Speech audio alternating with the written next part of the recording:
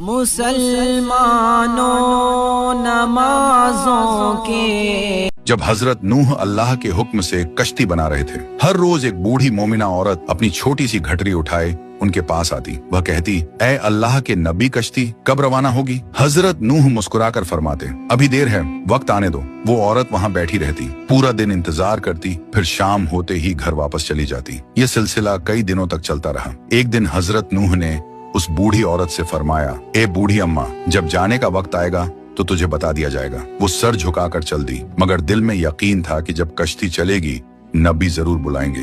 وقت گزرتا گیا، پھر اللہ کا عذاب آ گیا، زمین پر طوفان برپا ہو گیا، پانی ہر طرف پھیل گیا اور حضرت نوح کی کشتی روانہ ہو گئی۔ لیکن حضرت نوح اس عورت کو بلانا بھول گئے۔ ظاہری طور پر ایسا ہی ہوا، طوفان تھم گیا، سمندر کی لہریں رک گئیں۔ کچھ وقت بعد حضرت نوح کے دل میں خیال آیا کہ چلو اس شہر کو دیکھا جائے جہاں سے سب کچھ شروع ہوا تھا۔ وہ کشتی سے اترے اور شہر کی طرف چل دیے۔ جب شہر پہنچے تو دیکھا ہر طرف ویرانی اور تباہی ہے، مگر ایک کونے میں ایک جھوپڑی سے روشنی آ رہی تھی، ایک دیا جل رہا تھا۔ حضرت نوح حیران ہوئے، اتنا بڑا طوفان آیا، سب کچھ ڈوب گیا، لیکن یہ دیا کیسے جل رہا ہے؟ انہوں نے زور سے اللہ اکبر کہا، جھوپڑی کا پردہ اٹھا، وہی بوڑھی عورت گھٹری اٹھائے باہر آئی اور معصومیت سے بولی، یا نبی اللہ، کیا کشتی اب تیار ہے؟ چلیں۔ حضرت نوح کی آنکھیں حیرت سے پھیل گئی۔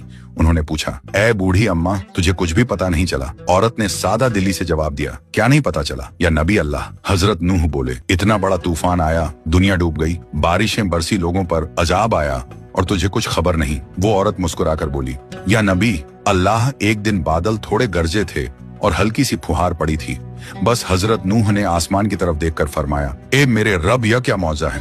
تب اللہ تعالیٰ نے ان پر وہی نازل فرمائی، اے میرے پیارے نبی، اس عورت کے دل میں تمہاری محبت تھی اور تم نے اس سے وعدہ کیا تھا کہ جب کشتی روانہ ہوگی تم اسے لے چلو گے۔ تم اپنا وعدہ بھول گئے، لیکن میں رب العالمین تمہارے وعدے کا بھی ذمہ دار ہوں۔ میں نے اپنے عذاب کو اس تک پہنچنے ہی نہیں دیا، اسے احساس تک نہیں ہوا کہ کیسا عذاب آیا اور کب چلا گیا۔ یہ واقعہ امام سجاد سے روایت کے طور پر مشہور ہے، مگر قرآن یا صحیح حدیث کی کتابوں میں ثابت نہیں۔ یہ صرف عبرت اور محبت کا سبق دینے کے لیے صوفیانہ بعض کو اللہ کے نبی حضرت نوح علیہ السلام کی دعا ہے۔ جب اللہ کے نبی کشتی بنا رہے تھے، جیسے ہی آپ دن میں کشتی بنا کر گھر کو جاتے تو شیطان رات کو آ کر جتنی کشتی بنی ہوتی اس کو توڑ دیتا۔ چنانچہ نوح علیہ السلام نے بعض کو یہ ذمہ داری سونپی کہ وہ اپنے قبائل کو لے کر اس کشتی کی حفاظت کرتا رہے۔ بعض نوح علیہ السلام کی کشتی کی حفاظت کرتا تھا، اور جب تمام چرند پرند کشتی میں سوار ہو گئے تب بھی یہ پرندہ نوح علیہ السلام کے حکم پہ کشتی میں موجود تمام خلقت کی حفاظت و نگرانی کرتا تھا۔ جب کشتی طوفان کے بعد ساحل تک پہنچی تو یہ اللہ کے نبی کی خدمت میں حاضر ہو کر کہنے لگا، اے اللہ کے نبی، اب میرے لیے کیا حکم ہے؟ تو نوح علیہ السلام خوش ہو کر فرمانے لگے، اے فضا میں پرواز کرنے والے پرندے، اللہ تیری پرواز کو اونچا رکھے اور تجھ کو تمام پرندوں کا سردار بنائے، اور تو جہاں جہاں جس گھر سے گزرے گا اس گھر کے جتنے بھی نحس اثرات ہوں گے وہ ختم ہو جائیں گے۔